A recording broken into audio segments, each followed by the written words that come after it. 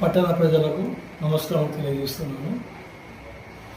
ఇప్పుడు ప్రస్తుతం ఇంకా 2-3 రోజులు వర్షపాతం ఉన్నందున ప్రజలకు కోరుకునేది ఏంటంటే అత్యవసరం ఉంటే తప్ప ప్రజలు బయటికి రావద్దని కోరుకుంటున్నాము.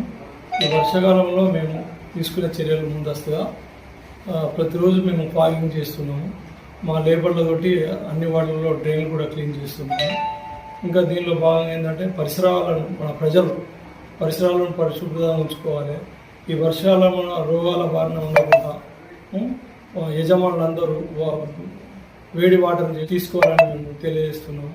తర్వాత ఇంకేంటంటే ఇప్పుడు పట్టణంలో ఒక 13 శిథిలావస్థల గృహాలను గుర్తించినాము. వాళ్ళ యజమానులకు కూడా మేము నోటీసులు ఇచ్చినాము, అందులో ఉండకూడదని. వాళ్ళను కూడా వాళ్ళ నియరెస్ట్ చుట్టాల దగ్గర ఉండాలని కోరుతున్నాము. ఎందుకంటే కూలితే ప్రమాదం కూడా ఉంటుందని.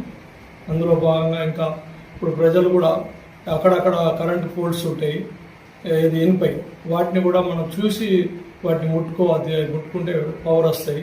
ఇలాంటి జాగ్రత్తలు తీసుకోవాలని మేము తెలియజేస్తున్నాము.